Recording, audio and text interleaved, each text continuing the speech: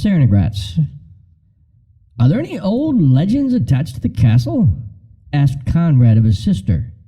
Conrad was a prosperous Hamburg merchant, but he was the one poetically dispositioned member of an eminently practical family. The Baroness Grubel shrugged her plump shoulders. "There are always legends hanging about these old places. They're not difficult to invent, and they cost nothing. In this case, there is a story that when anyone dies in the castle, all the dogs in the village and the wild beasts in the forest howl all night long. It would not be pleasant to listen to, would it?" "It would be weird and romantic," said the Hamburg merchant. "Anyhow, it isn't true," said the Baroness complacently. "Since we bought the place, we have had proof that nothing of that sort happens. When the old mother-in-law died last springtime, we all listened, but there was no howling. It's just a story that lends dignity to the place without costing anything." "The story is not as you have told it," said Amelie, the gray old governess. Everyone turned and looked at her in astonishment. She was wont to sit silent and prim and faded in her place at table, never speaking unless someone spoke to her, and there were few who troubled themselves to make conversation with her. Today, a sudden volubility had descended on her. She continued to talk, rapidly and nervously, looking straight in front of her and seeming to address no one in particular. "It is not when anyone dies in the castle that the howling is heard. It was when one of the Cernogratz family died here that the wolves came from far and near and howled at the edge of the forest just before the death hour. There were only a couple of wolves that had had their lairs in this part of the forest, but at such a time the keepers say there would be scores of them, gliding about in the shadows and howling in chorus, and the dogs of the castle and the village and all the farms round would bay and howl in fear and anger at the wolf chorus. And as the soul of the dying one left its body, a tree would crash down in the park. That is what happened when a Cernogratz died in his family castle. But for a stranger dying here, of course no wolf would howl and no tree would fall. Oh no." There was a note of defiance, almost of contempt in her voice as she said the last words. The well-fed, much too well-dressed Baroness stared angrily at the dowdy old woman who had come forth from her usual and seemly position of effacement to speak so disrespectfully. "You seem to know quite a lot about the von Cernogratz legends, Fräulein Schmidt," she said sharply. "I did not know that family histories were among the subjects you are supposed to be proficient in." The answer to her taunt was even more unexpected and astonishing than the conversational outbreak which had provoked it. "I am a von Cernogratz myself," said the old woman. "That is why I know family history." "You, a von Cernogratz? You?" came an incredulous chorus. "When we became very poor," she explained, "and I had to go out and give teaching lessons, I took another name. I thought it would be more in keeping.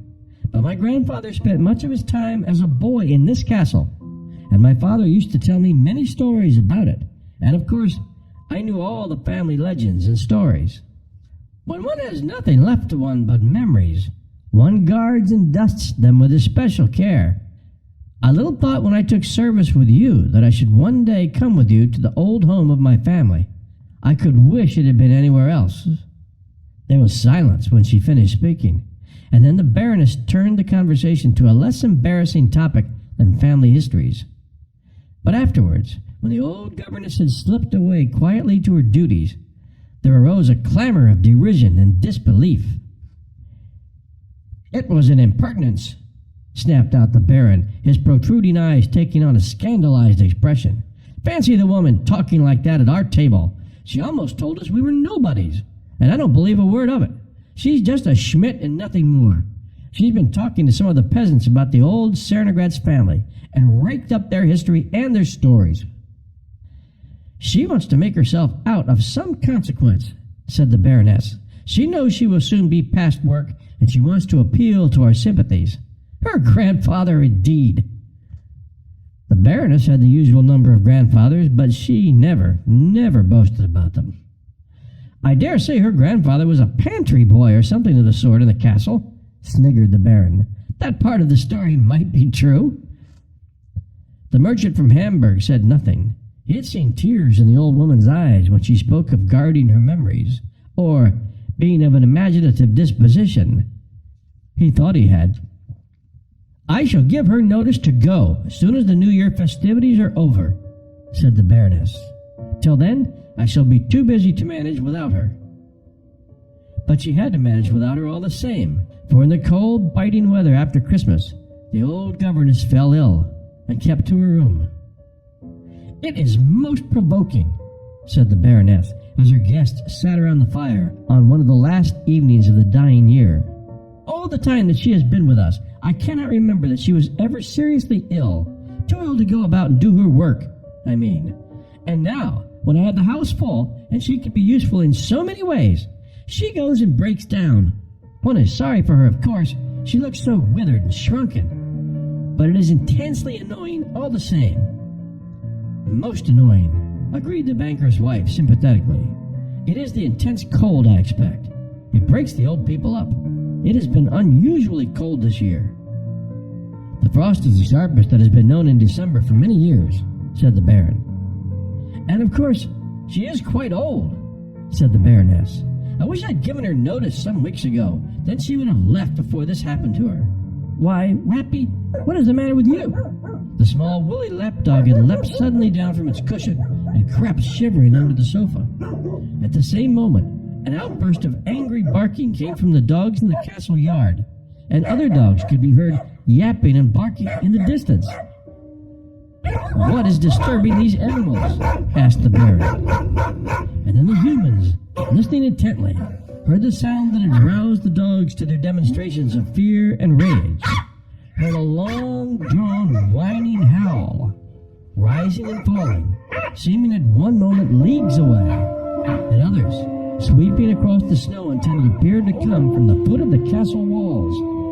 All the starved, cold misery of a frozen world, all the relentless hunger-fury of the wild, blended with other forlorn and haunting melodies to which one could give no name, seemed concentrated in that wailing cry. "Wolves!" cried the Baron. Their music broke forth in one raging burst, seeming to come from everywhere. "Hundreds of wolves," said the Hamburg merchant. Moved by some impulse which she could not have explained, the Baroness left her guest and made her way to the narrow, cheerless room where the old governess lay watching the hours of the drying years slip by. In spite of the biting cold of the winter night, the window stood open. With a scandalized exclamation on her lips, the Baroness rushed forward to close it. "Leave it open," said the old woman, in a voice that for all its weakness carried an air of command such as the Baroness had never heard before from her lips. "But you will die of cold," she expostulated. "I am dying in any case," said the voice, "and I want to hear their music. They have come from far and wide to sing the death music of my family. It is beautiful that they have come. I am the last von Cernogratz that will die in our old castle, and they have come to sing to me. Hark, how loud they are calling!" The cry of the wolves rose on the still winter air and floated round the castle walls in long-drawn, piercing wails. The old woman lay back on her couch with a look of long-delayed happiness on her face. "Go away," she said to the Baroness. "I am not lonely any more. I am one of a great old family." "I think she is dying," said the Baroness when she had rejoined her guests. "I suppose we must send for a doctor. And that terrible howling! Not for much money would I have such death music." "That music is not to be bought for any amount of money," said Conrad. "Hark, what is that other sound?" asked the Baron, as a noise of splitting and crashing was heard. It was a tree falling in the park. There was a moment of constrained silence, and then the banker's wife spoke. "It is the intense cold that is splitting the trees. It is also the cold that has brought the wolves out in such numbers. It is many years since we have had such a cold winter."